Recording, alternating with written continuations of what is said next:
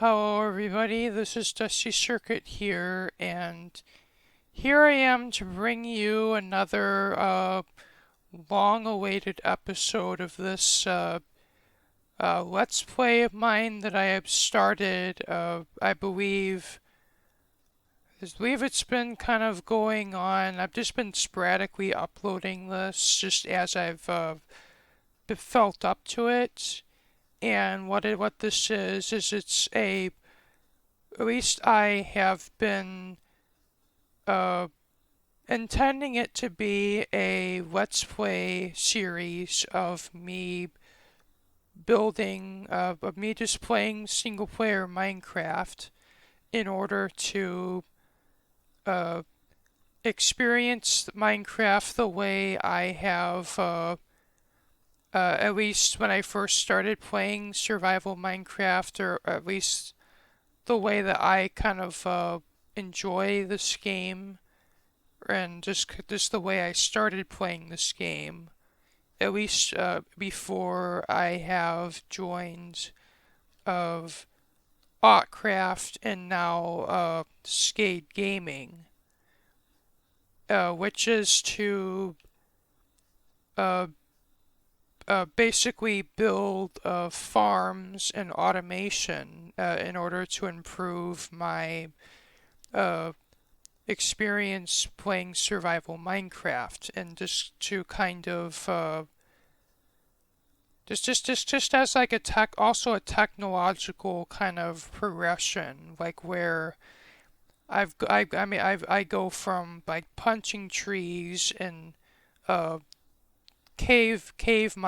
caving to perhaps in the future, when I have the infrastructure to do so, using automated tree farms and of mining machines to do the same tasks. And, and also just to kind of do these things that I have always set out to do on Otcraft and on Midgard, but I just haven't been able to do because of just the limitations of multiplayer servers in general, and also of the uh, just the redstone rules I've faced back on Otcraft, and also currently on Midgard, the farm team, as it's just I haven't always been able to build what I want to build because they have to keep everything multiplayer server friendly, and like basically in order to prevent the server from uh, lagging out or even crashing due to player builds. So, but really going back to this particular world, since I think I've been uploading this this has been in the making for several months, but I think this is episode 4 I'm up to. But I plan on continuing this series. This is not gonna, I'm not gonna stop.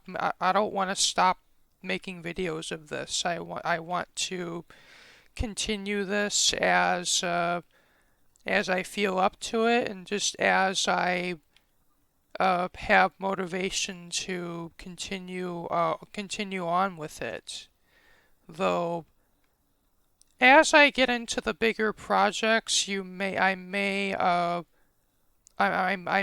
have a couple months in between uploading videos, just because of a lot of these farms that I'm aspiring to build are not going to be quite. It's not going to be a project that I can do on a weekend. They're probably going to take several weeks, if not months, to complete. And I may do live streams and just like videos, like kind of walking you through the different phases of these projects, but it's not going to be something that I'll be able to complete in 1 or 2 episodes. Perhaps it might take 10 episodes or more just to complete a single project. But anyway, uh, just to kind of recap what I've done over the last few videos, I started this world, and I didn't really wander too far from the spawn point just because I wanted to settle down as quickly as possible. I didn't want to, uh, because of course I didn't want to have to face losing my hunger, and it's just I wanted to, and like not have to face mobs at night. I wanted to, uh, even if it's just a temporary hobbit hole, I wanted to at least start some kind of a base as soon as possible. So, which is why I've settled down in the biome that I have. And then I've just kind of built this, I mean, it's not really a pretty base, but it is a base. And I've built this chicken farm which is my food source. And I just set up this quick little auto smelter. Well, I guess it's semi-automatic technically because it has the item input but in the output, but there's no like automatic fuel input yet. But I intend to replace it with a proper auto smelter, at least when I get the materials to build it. And I've made this. This is my storage situation, at least right now. And this is the same auto sorter that I have in my base on Midgard. Only I've been expanding it as I've gotten the resources to do so. And I may expand it beyond here, but like probably I would like to have this also. I'd like to mirror this in on this side, and perhaps extend it out this way some more. But this is what I have built as of right now.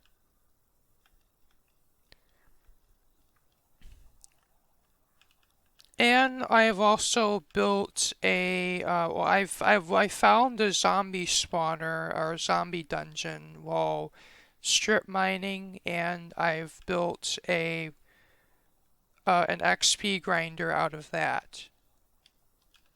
Though it's not really that much there's really not that much to see, just your typical single spawner XP grinder that a lot of survival players are probably familiar with already.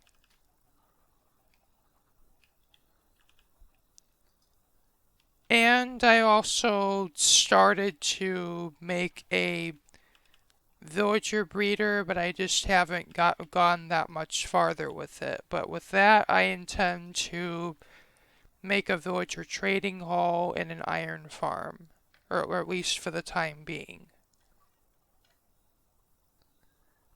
But today, I plan on doing or at least I don't know how long I'll be able to get with it as far as this video, but I would like to build a hostile mob farm because really it's really an invaluable tool for me in survival mode because it allows me to get bone meal. Well, the most important resources from mob farming to me are bones and gunpowder.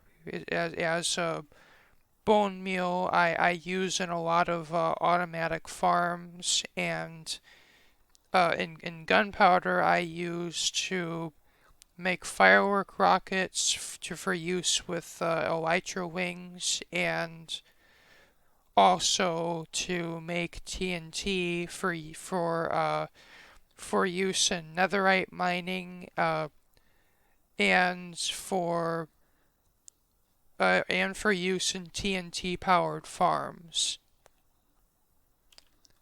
And I'm going to use the same design that I have built on Midgard, only this is going to be modified for use in this particular world.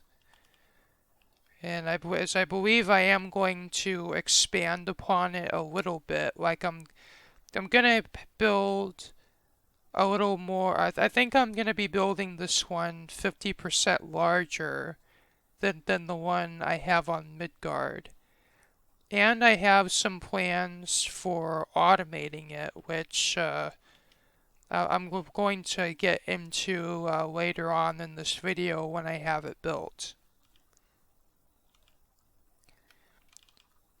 And over the past weeks, I've been working at gathering the resources required to build this farm, which are in all these chests right in front of me. And I don't really have that much else to talk about, so I'm going to get on with choosing the location for this farm and moving the resources, moving the materials over to the build site, and getting another portal linked up to the build site. And once all that is done, I'll be back with you. Although I may do a time lapse, or perhaps a montage of me doing this. So we'll see what I can do with the editing. So I'll see you in a little bit.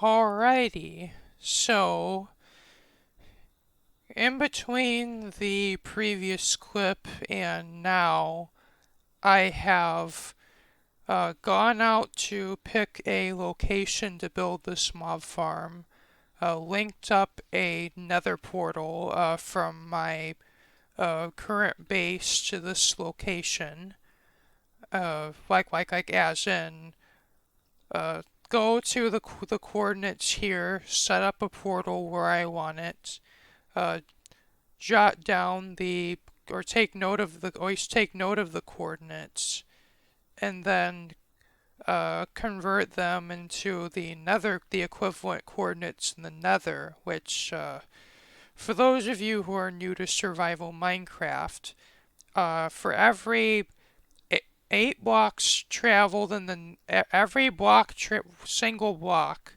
traveled in the nether equates to 8 blocks traveled in the overworld. And so kind of in this way, if you actually place if you're particular about your portal placement, you can use the nether as a means of faster travel between point A to point B in the overworld. So of course, uh, I made my portal, my equivalent portal in the nether, and I've connected those two. I already have started a nether highway system, but really all I had to do is branch off from my existing tunnel to this location, and I was able to do that. And the reason I am building this mob farm in the sky above a desert biome is because in desert biomes, uh, less zombies spawn and more creepers and skeletons spawn, which is really the best for my purposes as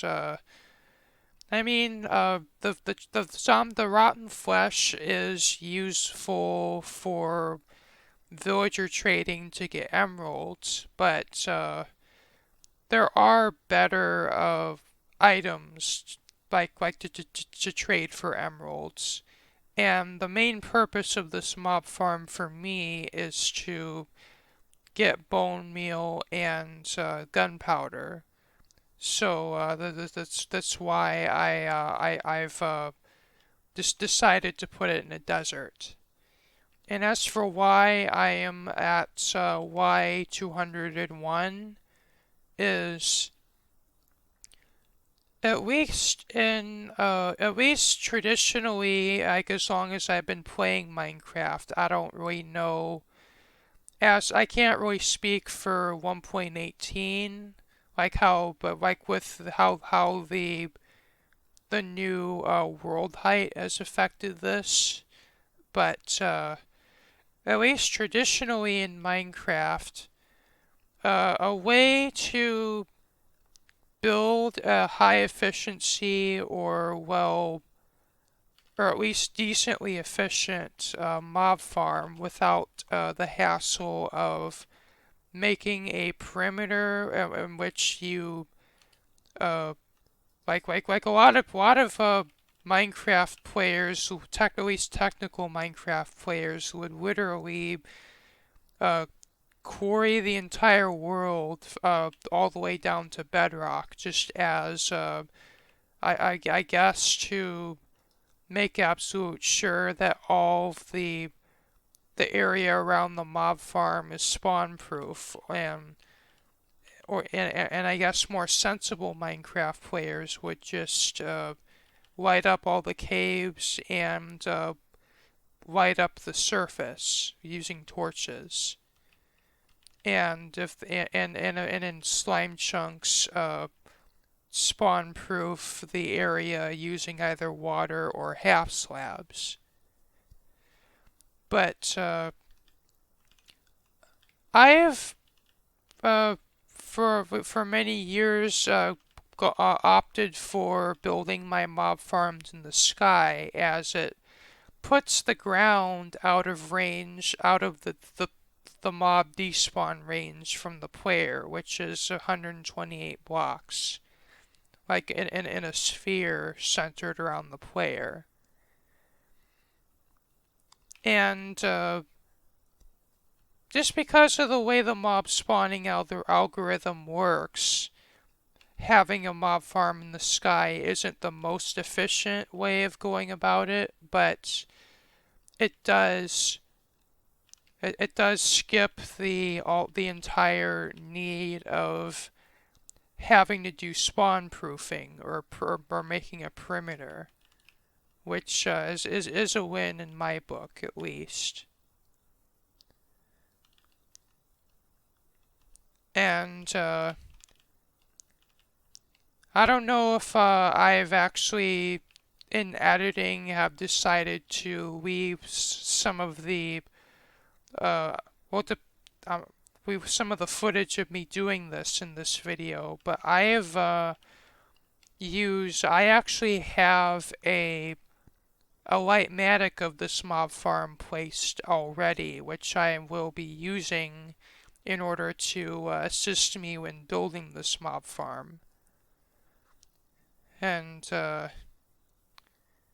it's a really great mod for those. I mean, if any of you haven't heard of it, Lightmatica is a mod intended for Fabric or Light Loader.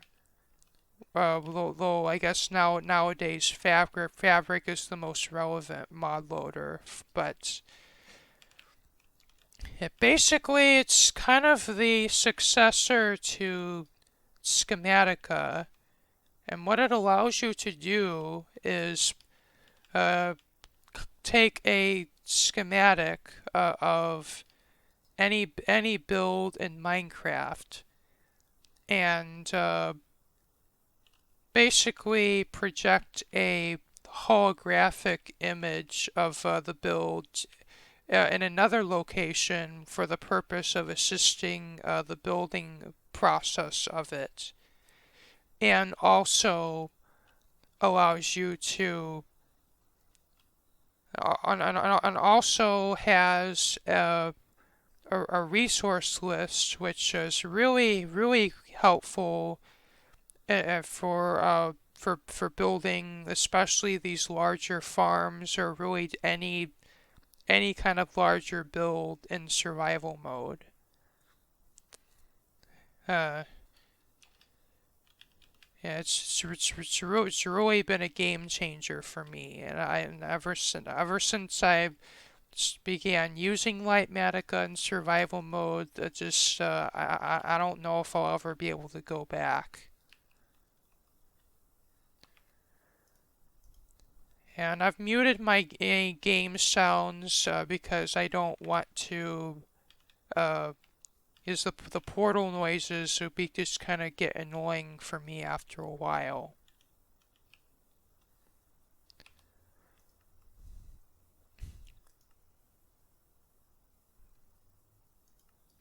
But as for this mob farm itself, it is of a design that there are many different mob farm designs out there, but kind of my tried and true mob farm design that I always tend to gravitate towards would be a design of the water flushing variety, which uses you have your spawning pads that are stacked up vertically, and there is a mechanism to dispense water onto those spawning pads in order to basically flush the mobs off. And and would also make use of a redstone clock or timer in order to automatically dispense the water every so often. And basically, the end result is a fully automatic mob farm with relatively minimal resources required to build it. Really, the most resources you'll ever need to build it are the building blocks themselves. And as far as redstone is concerned, there's really not a whole lot that goes into it.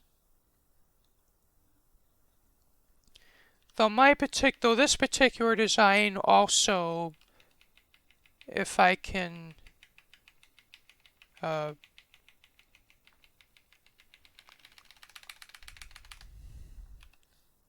also have to. So this design also makes use of a kind of a similar kind of system. Is that area with the magma blocks you see in the schematic is the killing pad. And I guess I'm using magma blocks for it, even though the mobs should be falling far enough that fall damage should take care of them, just in case, like, because I think zombies might have a chance to spawn with Feather Falling 4. This is just to take care of any mobs that for whatever reason survive the fall. Like the magma blocks will finish them off.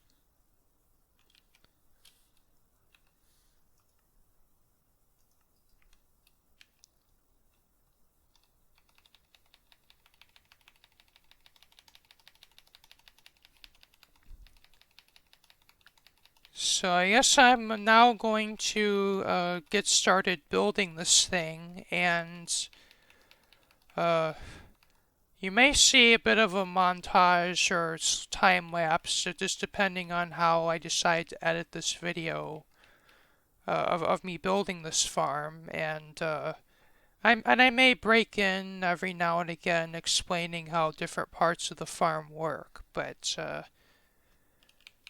anyway, let's get on with the build, shall we?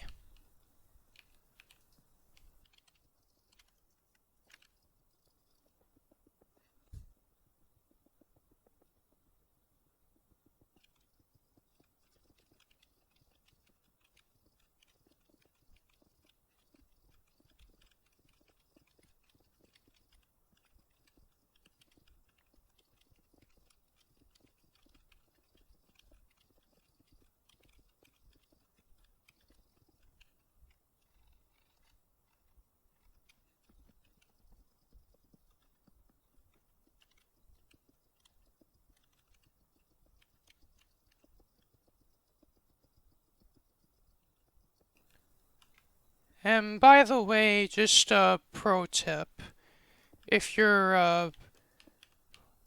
if you're at the stage where you are building the killing pad of this farm, if you hold down or if you crouch on magma blocks, you do not take damage. I'm not crouching, and of course I am getting burned. But if I press shift, I'm don't I'm no longer taking damage. So it's just kind of just a tip for beginners.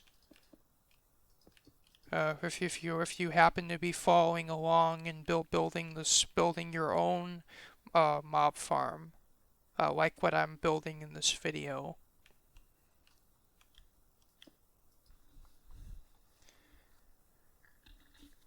Okay, so we're nearly done with the killing pad now. Now we just have the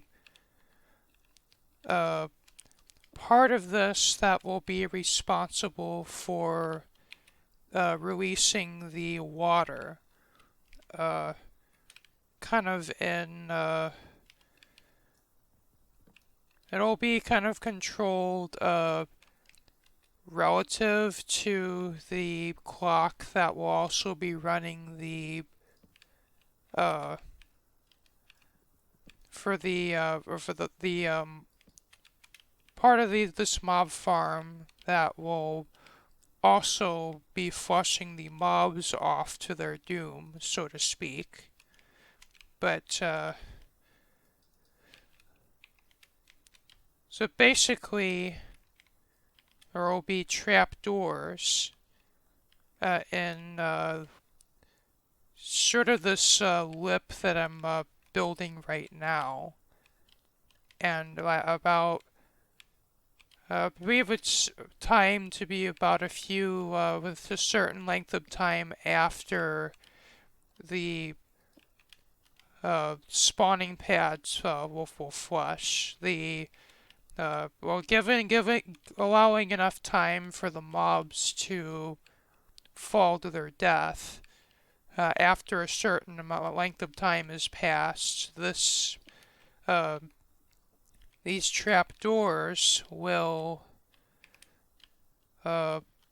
basically open for about a second or two and then close. Just long enough to send the pulse of water going down, or like just a wave of water down the killing pad. That's just enough water to push all the mob drops into that center hole. Where a hopper will collect them. So I think I've determined in creative mode that I may need more than one hopper in order to deal with the rates of this farm, but I guess we'll just see about that when we test this.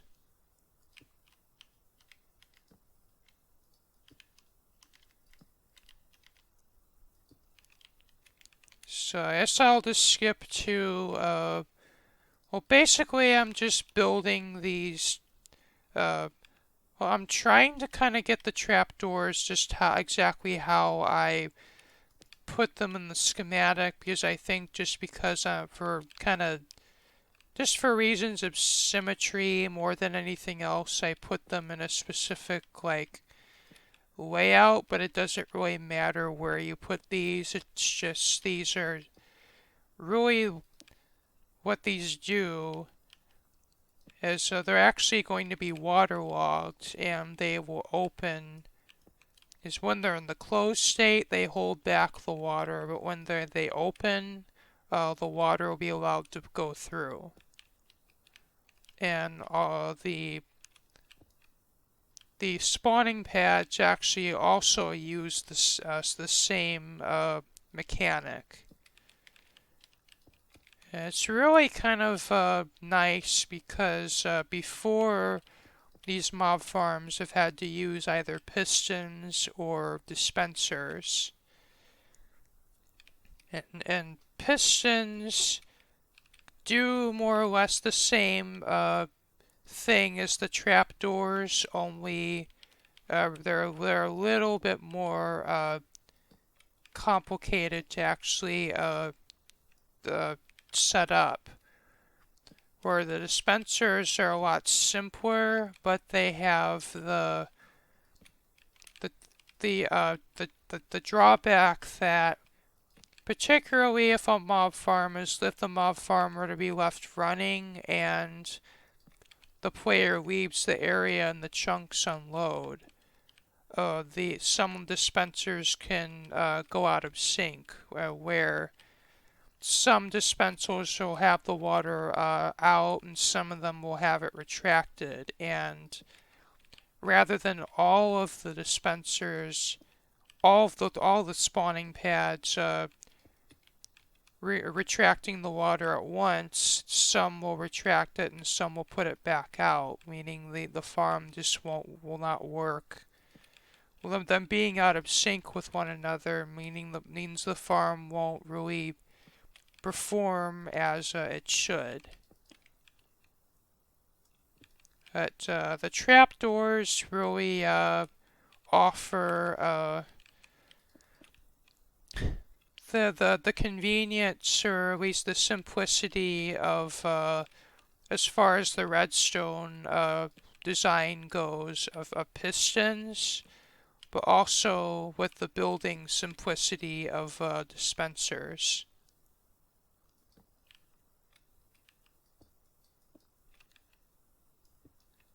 So I'll get back to you once all these are placed, all these trapdoors and the water are placed, and then we'll do the first of the redstone wiring.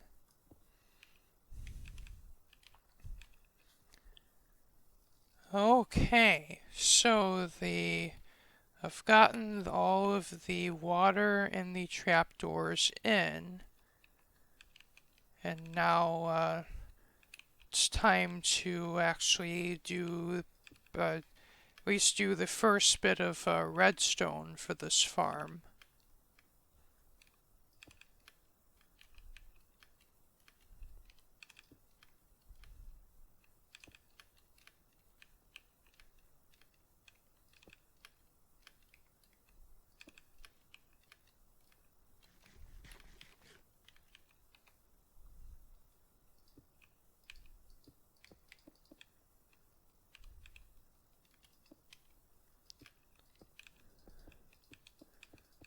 And what I'm placing right now is what is going to control or basically pulse the trapdoors whenever basically after every cycle after the mobs fall to their death, and in order to collect the items.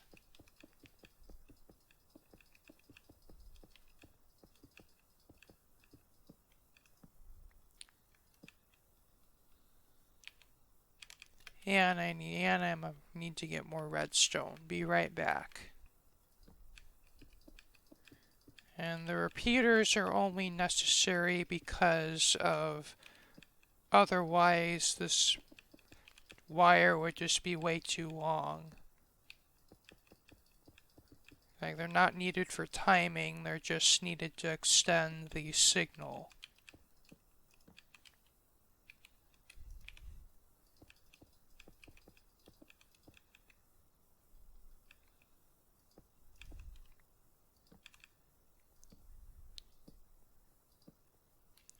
Okay, so I've had to take I had to go back to the home base to get some more torches, food, and while I was building the uh, killing pad, some of my armor broke. I think it was my helmet broke, and the rest of my armor was very low durability, so I had to make a new set.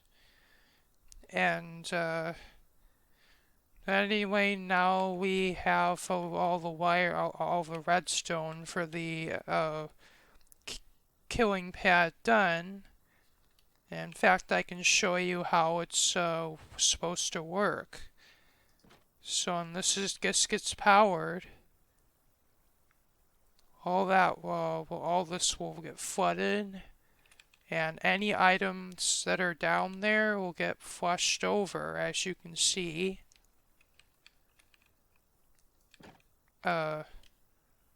Although when the actual farm is running, the water will only extend like for that long.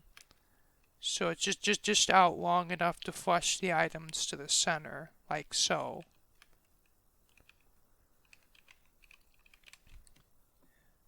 So anyway, that's that's the gist of how that's supposed to work. And I have done a decent amount of lighting up the area, but at the same time, I do not want to have to face a single creeper up here. So I am taking, I'm not messing around. Whenever it's, as soon as I can sleep, I'm skipping the night. So anyway, we can get rid of this now. This was just a temporary, uh, infinite water source uh, so that I could put all the water in for that system.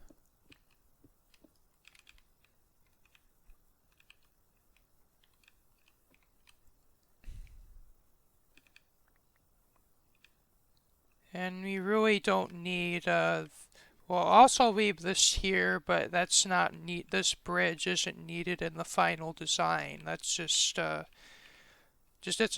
scaffolding for me at this point.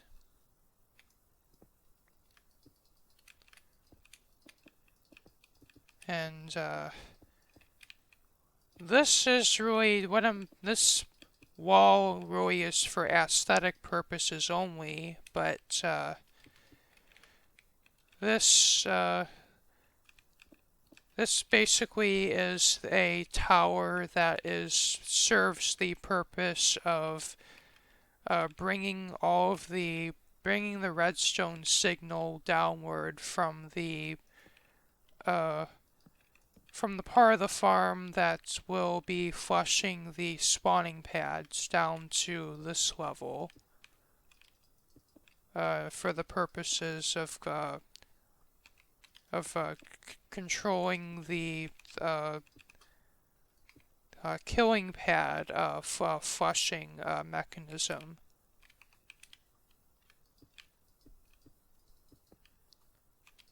And then this is really just a downwards torch tower to get the signal down to this level from above.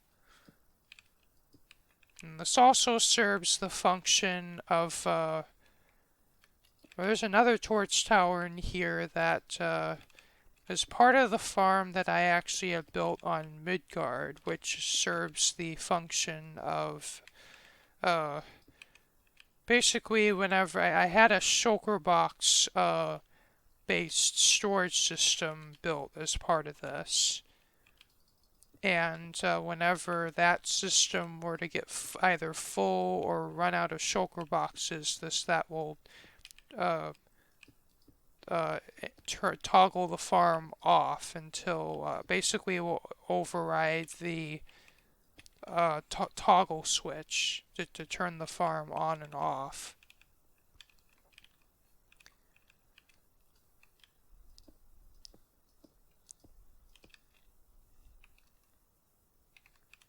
And this part actually is just more of more of a housing for the redstone wiring.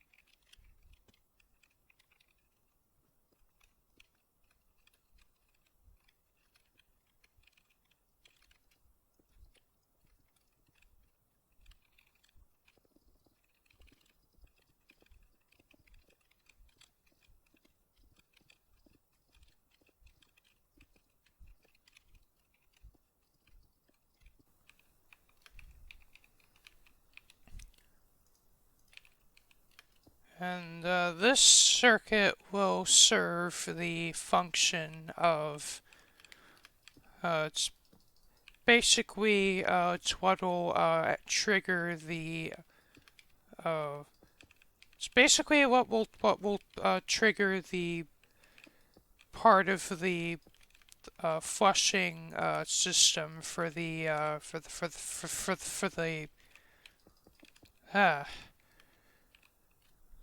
just kind of lost my train of thought.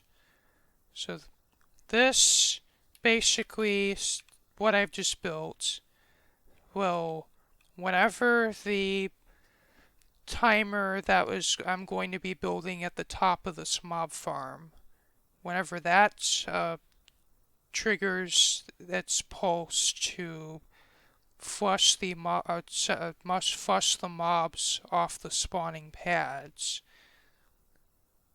that will send the uh, a signal to this part, which is what will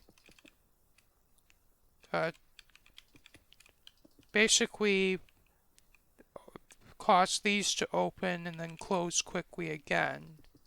So it's just enough water to push the items into the center.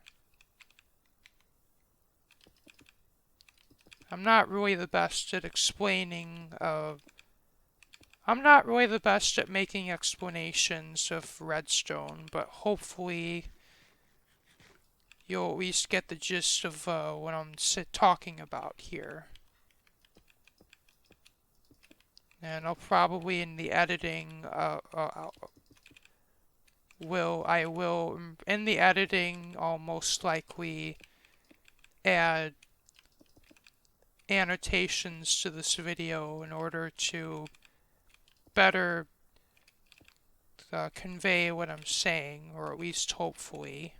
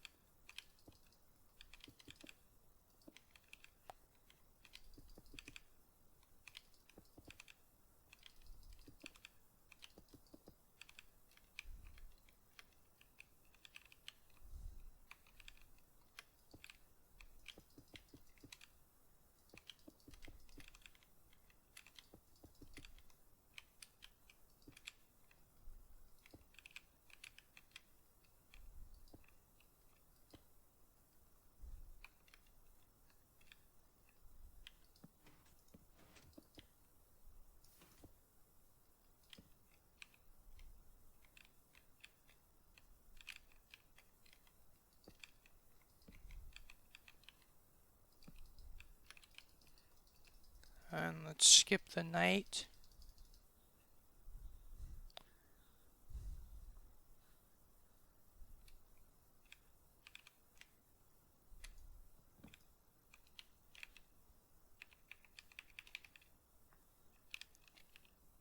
Ah, crap, I lost my bed. One moment.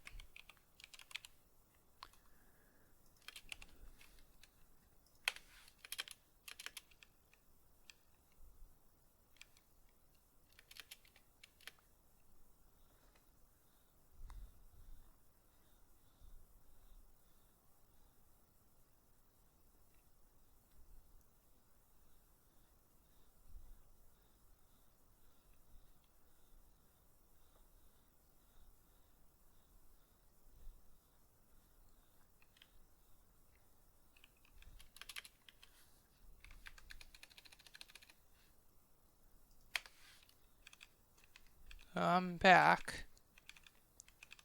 That was fun, but anyway, should be almost done with this part of the build.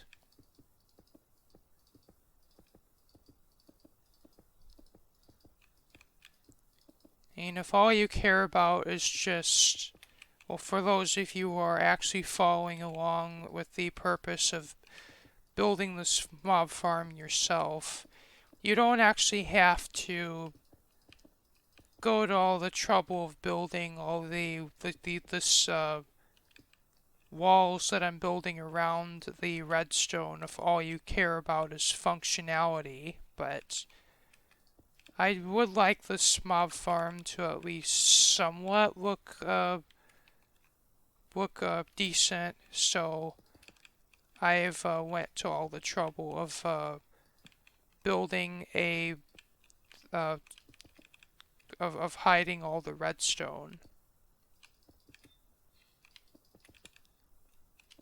But if you just want to get one of these up and running with minimal effort, you don't have to do this. All you have to do is build the redstone itself.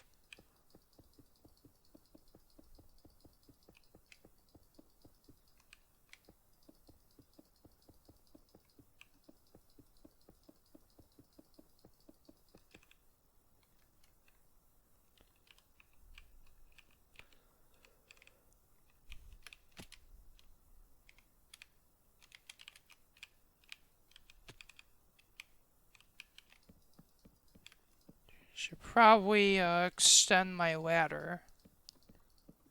So I don't want to. I have not died once in the making of this video, and I want to at least try to avoid death as long as I can.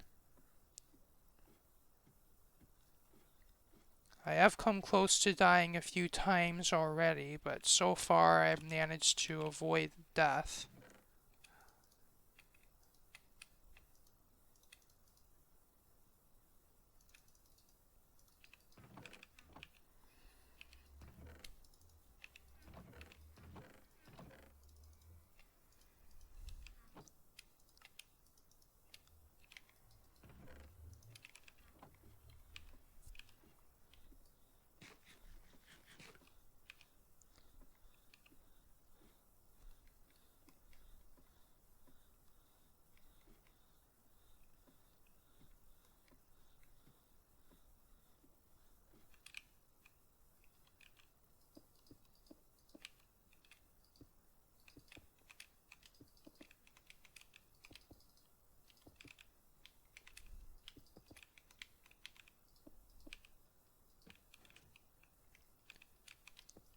And we're still building the vertical redstone wiring, at least right now.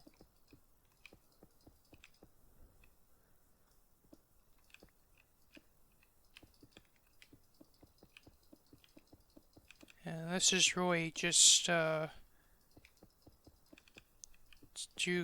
I could just be using torches, but I thought the idea just have using half slabs for spawn proofing of these structures would kind of add to the looks a little bit.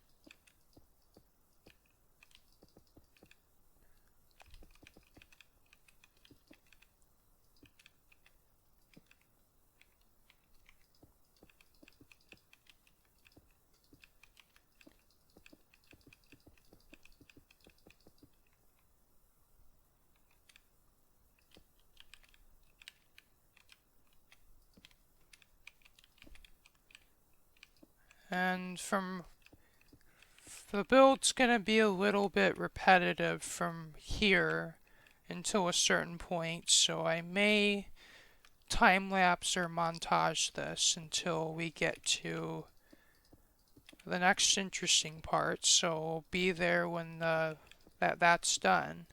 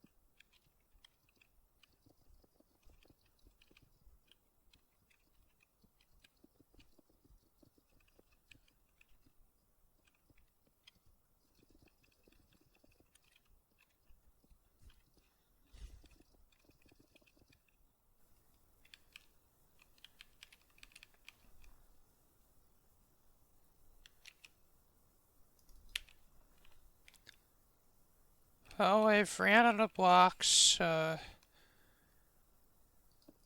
I guess I could just do that. I was gonna do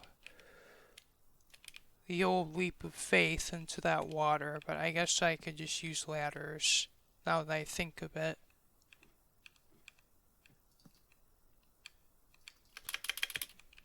Okay.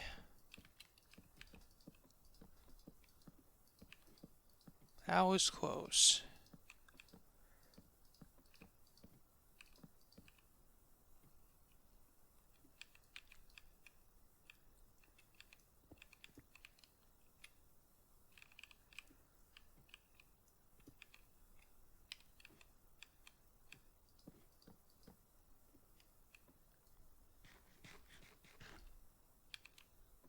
And look, looks like I am out of ladders now, so I have to, uh, this will be another resource break. I'll be back.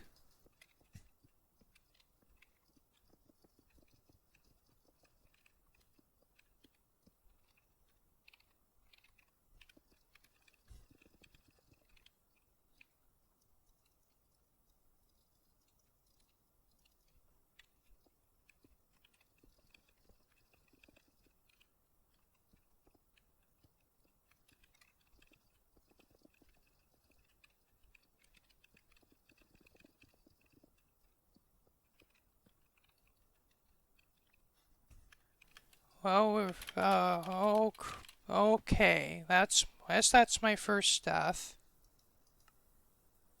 Be right back.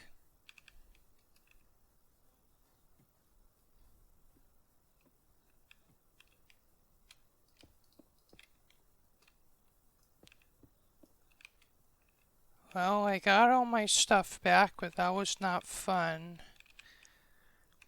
I was doing really great, but, well, just because this project is, dragging on quite a bit longer than, I would like it to. I just kind of got a bit careless, and then started rushing, and, uh, let's just say, because I was just acting a little bit careless there, I fell off and fell to my death.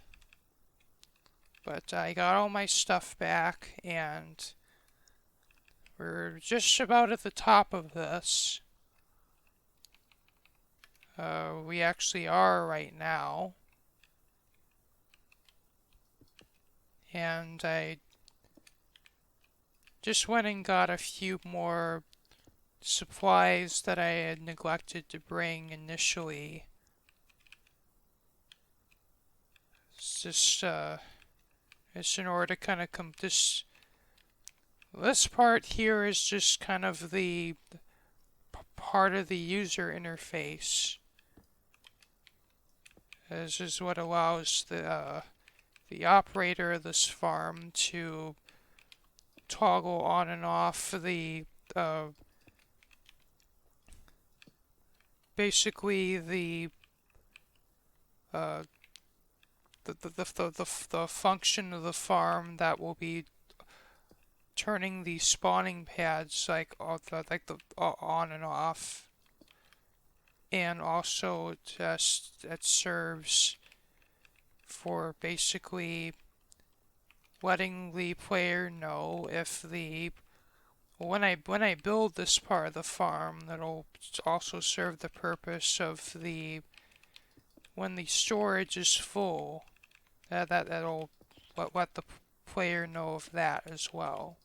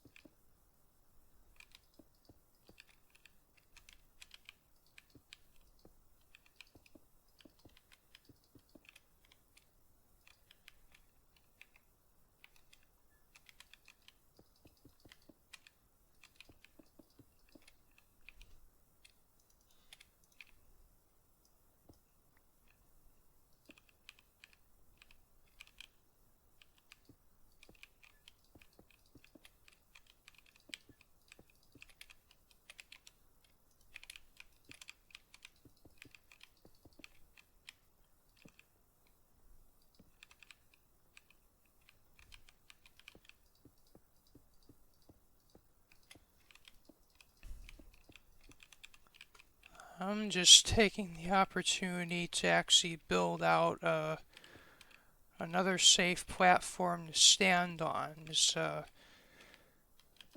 past 15 minutes of this, I have been on a bit of a precarious spot building up that tower. And now it finally feels nice to have more of a floor to stand on.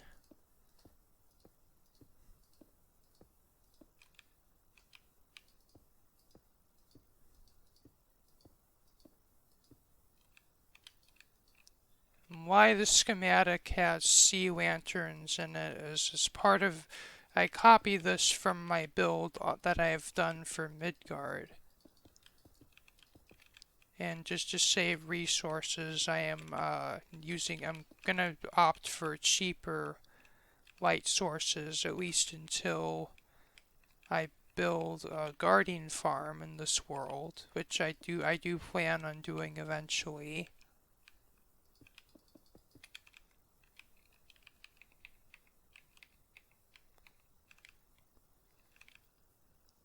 This is gonna be for the AFK pool, but I'll build that off camera. Just I really want to get this just at least to a functional state before I end this video.